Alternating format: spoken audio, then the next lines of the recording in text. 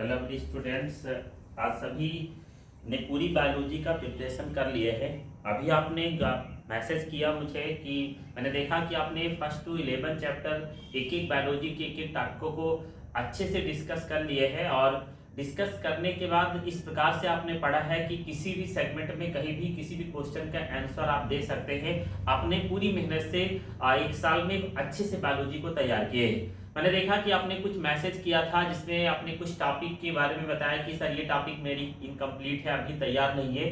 तो उसके लिए मैं ठीक है इस इवनिंग टाइम्स रात में आपके लिए वीडियो लेक्चर प्रोवाइड कर रहा हूँ। यानी कल ही आपका बोर्ड एग्जाम है और ये भी टॉपिक आपकी ना छूटे, और इसलिए ये आप पूरे अच्छे से वीडियो लेक्चर को देखकर और अपनी पूरी बायोलॉजी के साथ 100 नंबर की दावेदारी करके आप एग्जाम देने के लिए जाएंगे और मनोबल के साथ जाएंगे, क्योंकि 100 नंबर आपका है और आपको 100 नंबर अवश्य मिलेगा। आपने इतनी मेहनत कर डाली है पूरे सालों में, अनेक टेस्ट अनेक प्रकार से आपको तैयार किया जा चुका है। आइए आज के वीडियो लेक्चर में आपके अनुसार 3 टॉपिक हमने मैसेज में पढ़ा कि आपका नहीं तैयार है। पहला न्यूक्लियोसोम मॉडल, दूसरी टॉपिक सगर्भता का चिकित्सीय समापन, और तीसरी शॉर्ट नोट के रूप में पूछी जाने वाली टॉपिक अपबीजाणुता के बारे में आपको संशय है, जो मैं इस वीडियो लेक्चर से आपको क्लियर कर रहा हूँ।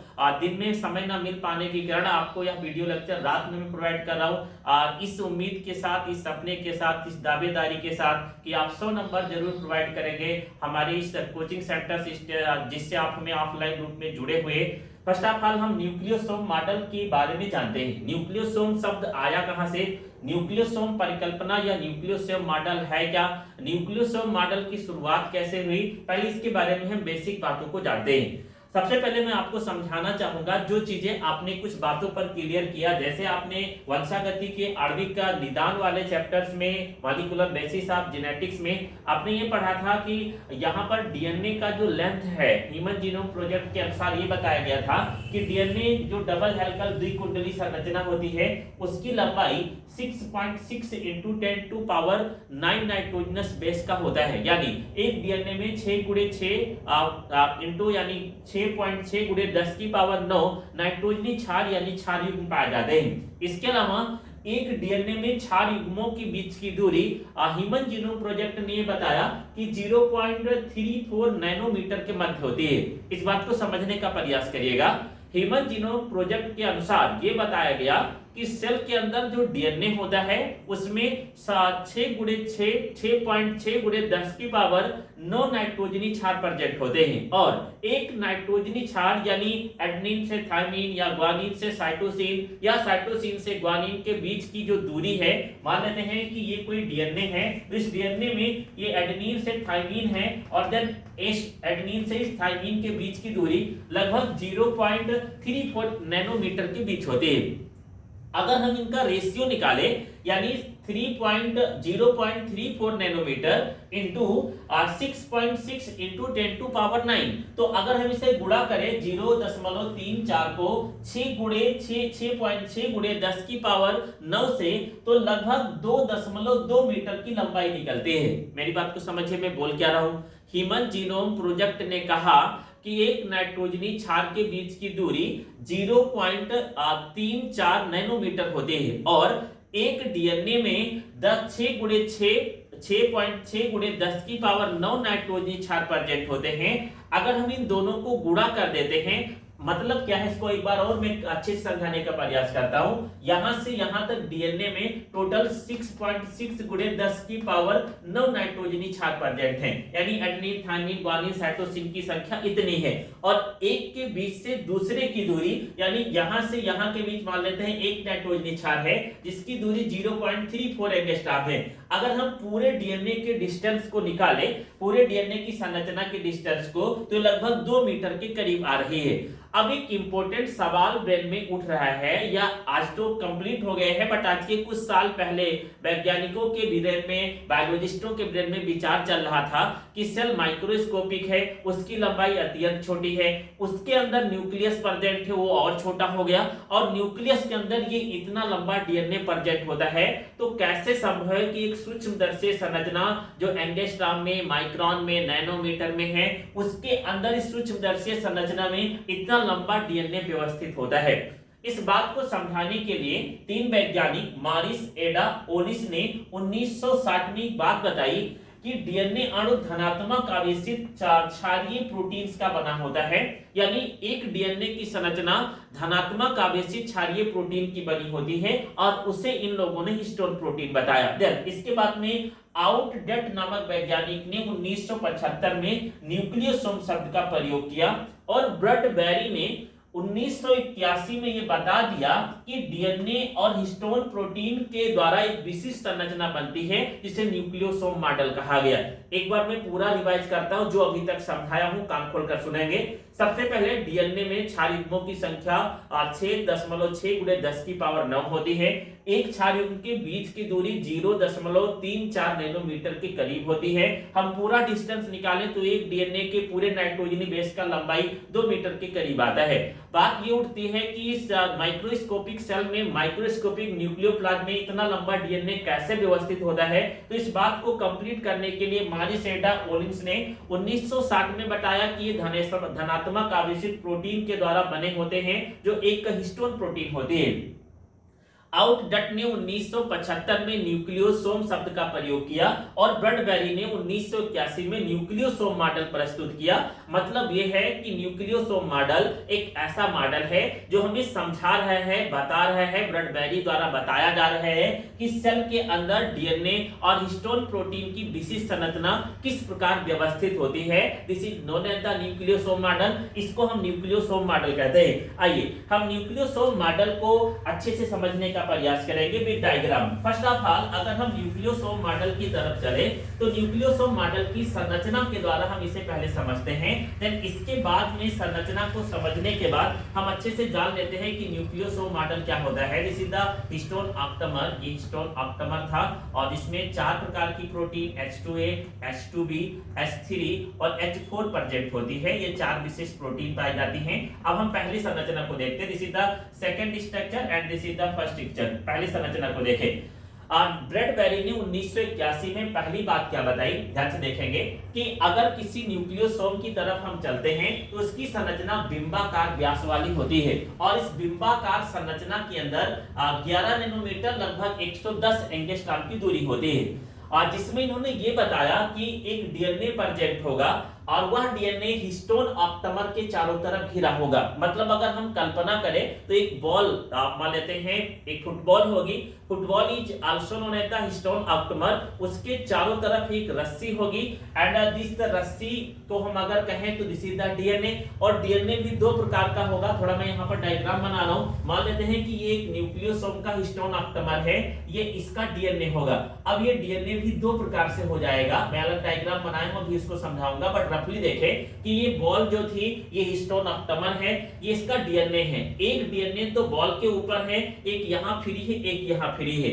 जो डीएनए बॉल के ऊपर प्रेजेंट होगा उसे हम कोर डीएनए कहेंगे।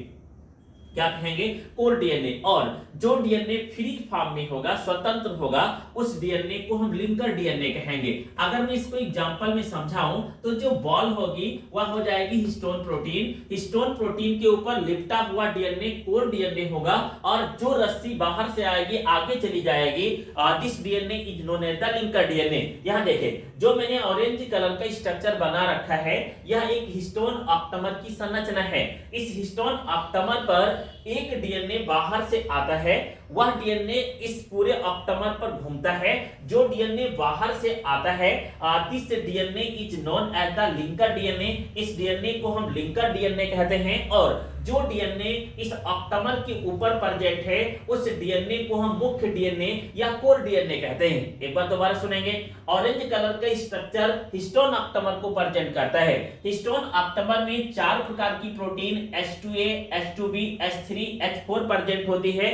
ऑक्टामर इसलिए कहा जाता है क्योंकि यह प्रत्येक प्रोटीन 2-2 की संख्या में होती है, इसलिए 8 प्रोटीन श्रृंखला एक साथ जुड़ी होती है, इसलिए इसे ऑक्टामर कहा जाता है।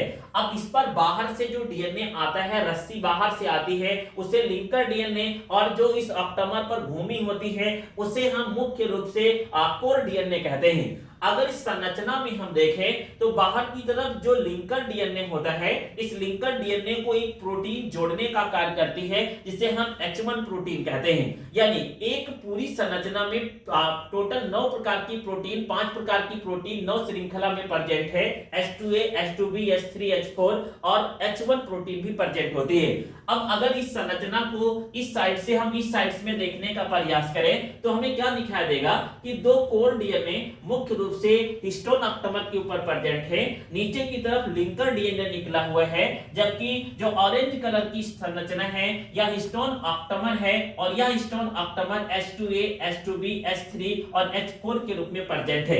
अगर हम इस संरचना को दूसरे रूप में देखें तो एक डीएनए का स्ट्रैंड, डीएनए का भाग जिसे हम मुख्य रूप से कोर डीएनए कहेंगे, ये जाकर लिंकर डीएनए के रूप में देन 8 हिस्टोन ऑक्टेमर 4 दिखाई दे रहा है, 4 इसके पीछे जुड़ेगा, उसको सराउंड करके फिर अगले हिस्टोन ऑक्टेमर की तरफ चला जाएगा। यानी इस प्रकार एक लंबी श्रृंखला डीएनए की गुणसूत्र के अंदर, क्रोमैटिन के अंदर प्रेजेंट होगी। एक बार मैं पूरी संरचना को रिवाइज करता हूं, ध्यान से सुनेंगे।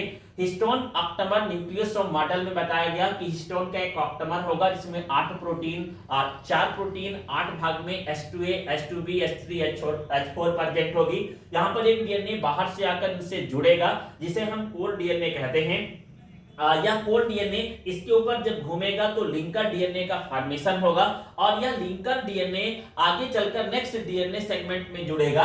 कोर डीएनए को जोड़ने के लिए एक प्रोटीन प्रेजेंट होती है जिसे हम H1 प्रोटीन कहते हैं। अगर हम संरचना की तरफ चले तो जो मुख्य डीएनए पार्ट्स होगा वह बिंबाकार होगा, उसका व्यास 11 nm यानी 11 नैनोमीटर के करीब 110 एंगस्ट्रॉम होता है। प्रोटीन हमेशा न्यूक्लियोसोम मॉडल के अनुसार अष्टक के रूप में 8 प्रोटीन प्रेजेंट होती है। मैंने अभी बताया कि H2A, H2B, H3, H4 ये 4 प्रोटीन होगी और 2-2 की संख्या में यानी 8 की संख्या में पाई जाती है। इसके अलावा डीएनए में हेलिक्सों की संख्या, यानी हम पूरे डीएनए में एक श्रृंखला पर हेलिक्स की संख्या को काउंट करें तो उनकी संख्या 200 होती है। इसमें से 120 हेलिक्स हिस्टोन प्रोटीन के ऊपर पाए जाते हैं, जबकि 80 हेलिक्स न्यूक्लियोटाइड्स की लिंकर्स डीएनए के रूप में प्रेजेंट होते हैं। इस बात को समझिए, मैं समझा रहा हूं कि जो डीएनए की संरचना है उस डीएनए की संरचना में 200 हेलिक्स प्रेजेंट होते हैं या 200 न्यूक्लियोटाइड प्रेजेंट होते हैं, ना कि हेलिक्स, 200 न्यूक्लियोटाइड प्रेजेंट होते हैं, जिसमें से अब डीएनए भी 2 प्रकार से बट गए हैं। एक तो हिस्टोन प्रोटीन के ऊपर है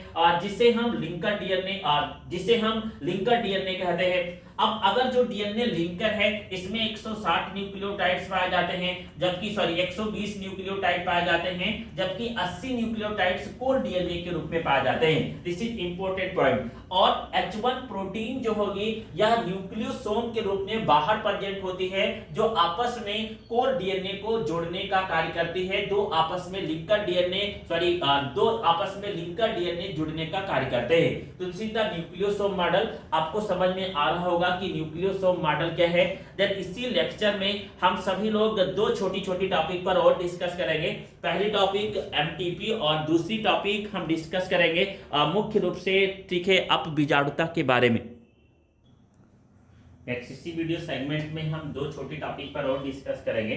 पहली टॉपिक आपको कंफ्यूजन है, अपबीजाणुता क्या होता है, एपोस्पोरी किसे कहते हैं। तो एपोस्पोरी को सबसे पहले समझने के लिए एक बात आपको हम क्लियर कर देते हैं। आपको ये पता होना चाहिए किसी फ्लावर के सेगमेंट में ओवरी के अंदर बीजांड प्रेजेंट होता है और बीजांड में जो न्यूक्लियस की कोशिका होती है यानी बीजांड काय की कोशिका होती है। थोड़ा मैं डायग्रामेटिक समझा रहा हूँ, आप ऑलरेडी पढ़ चुके हैं, अच्छे समझ में आ रहा होगा कि ये ओवरी होगी, ओवरी के अंदर ये बीजांड होगा। इस बीजांड के अंदर न्यूक्लियस की जो सेल होती है यानी बीजांड काय की कोशिका होती है या न्यूक्लियस की सेल डिवीजन करती है, तो इसके अंदर भ्रूण कोश का निर्माण होता है। और जब ये भ्रूण कोश या एम्ब्रियो बनता है तो यह हैप्लॉइड फॉर्म में होता है, जिसके अंदर 7 कोशिका और 8 केंद्रक पाया जाता है। एक बार मेरी बात को दोबारा सुनेंगे। सामान्यतः एक अंडाशय में भ्रूण कोश का निर्माण न्यूक्लियस की कोशिका के विभाजन से होता है और यह कोशिका हैप्लॉइड फॉर्म में डिवीजन करती है, फिर 7 कोशिका और 8 केंद्रक वाली मुख्य संरचना बनाती है। इसके बाद में आप जानते हैं कि फिर पॉलन ट्यूब फॉर्म जब होती है परागण की प्रक्रिया के बाद, तो इसका एक न्यूक्लियाई फ्यूज करता है और फिर डिप्लॉइड स्ट्रक्चर बनता है, जिससे भ्रूण या अन्य संरचना का फॉर्मेशन होता है। अपबीजाणुता कंडीशन में क्या होता है, अब इसे ध्यान से सुनेंगे। एक बार मैं इसे रिवाइज करता हूं, फिर अपबीजाणुता पर आता हूं। एक अंडाशय के अंदर बीजांड में न्यूक्लियस की सेल जब डिवीजन करती है तो एक आगुणित कोशिका भ्रूण कोश बनती है, जिसमें फिर 7 कोशिका और 8 केंद्रक प्रेजेंट होते हैं। पॉलन ट्यूब जब या निषेचन के दौरान फर्स्ट न्यूक्लियाई एग सेल से फर्टिलाइज करती है तो फिर भ्रूण का निर्माण होता है। अब बीजाणुता की कंडीशन में होता क्या है, एपोस्पोरी में बीजांड काय की कोशिका असामान्य रूप से विभाजित करती है, यानी अननेचुरली कंडीशन में विभाजित करती है और फिर द्विगुणित भ्रूण कोश बना लेती है।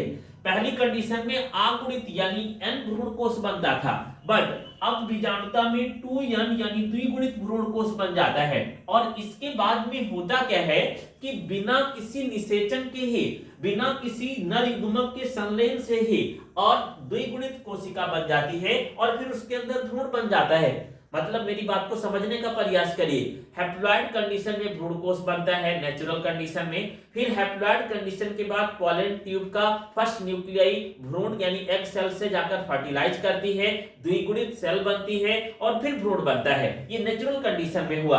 अब बीजाणुता में बीजांड काय की कोशिका असामान्य अवस्था से विभाजित करके एक डिप्लॉइड सेल बना लेती है और उस डिप्लॉइड सेल से डायरेक्टली नर युग्मक या भ्रूण का फॉर्मेशन हो जाता है। इसी प्रक्रिया को अपबीजाणुता या एपोस्पोरी कहते हैं।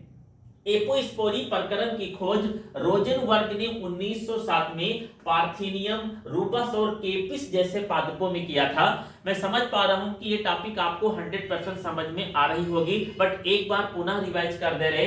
अपबीजाणुता एक ऐसा प्रकरण है जिसमें सामान्यतः बीजांड काय की न्यूक्लियस की कोशिका डिवाइड करती है और फिर ऐसी कोशिका बनाती है जो डिप्लॉइड इन नेचर होती है। बिना भ्रूण के विभाजन, बिना नर युग्मक के संलयन के द्वारा ही भ्रूण का विकास हो जाता है। इसकी खोज रोजेनबर्ग ने 1907 में पार्थिनियम, रूबस और केपिस जैसे पादपों में किया था। सगर्भता का चिकित्सीय समापन क्या है, इसको सुन लेते हैं। ये आपका एक टॉपिक है ह्यूमन रिप्रोडक्शन, इसमें समझाया जा चुका है कि गैस्ट्रुला ब्लास्टुला स्टेज यानी फर्टिलाइजेशन के बाद, बहुत ध्यान से समझिएगा, निषेचन के पश्चात गैस्ट्रुला ब्लास्टुला मार्बुला स्टेज होती है और देन उसके बाद में 9 माह यानी लगभग 250 से 270 दिनों तक भ्रूण का विकास होता है और फिर शिशु के रूप में जन्म होता है। इसके अलावा आपने गर्भ निरोधक उपाय के रूप में बहुत सारे मेथड पढ़े कि फर्टिलाइजेशन इवेंट को रोका जाता है यानी निषेचन नहीं होने दिया जाता है और किसी भी मनुष्य का जन्म होने से यानी नए शिशु के जन्म होने से उस प्रक्रिया को रोका जा सकता है। इस प्रक्रिया में बहुत सारे प्रोसेस आपने पढ़े।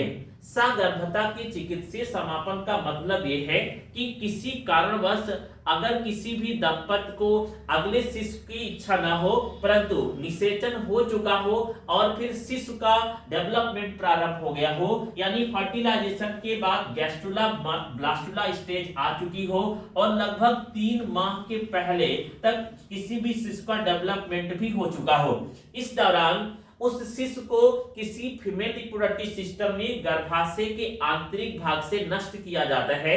यह प्रक्रम चिकित्सकों द्वारा पूर्ण किया जाता है। इसमें कुछ विशेष मेथड या तकनीक के द्वारा चिकित्सक किसी भी फीमेल रिप्रोडक्टिव सिस्टम के अंदर बन रहे भ्रूण को वैक्यूम की सहायता से बाहर निकाल लेते हैं। यह विधि सगर्भता की चिकित्सीय समापन या गर्भपात या एमटीपी कहलाती है। एक बार दोबारा सुनेंगे।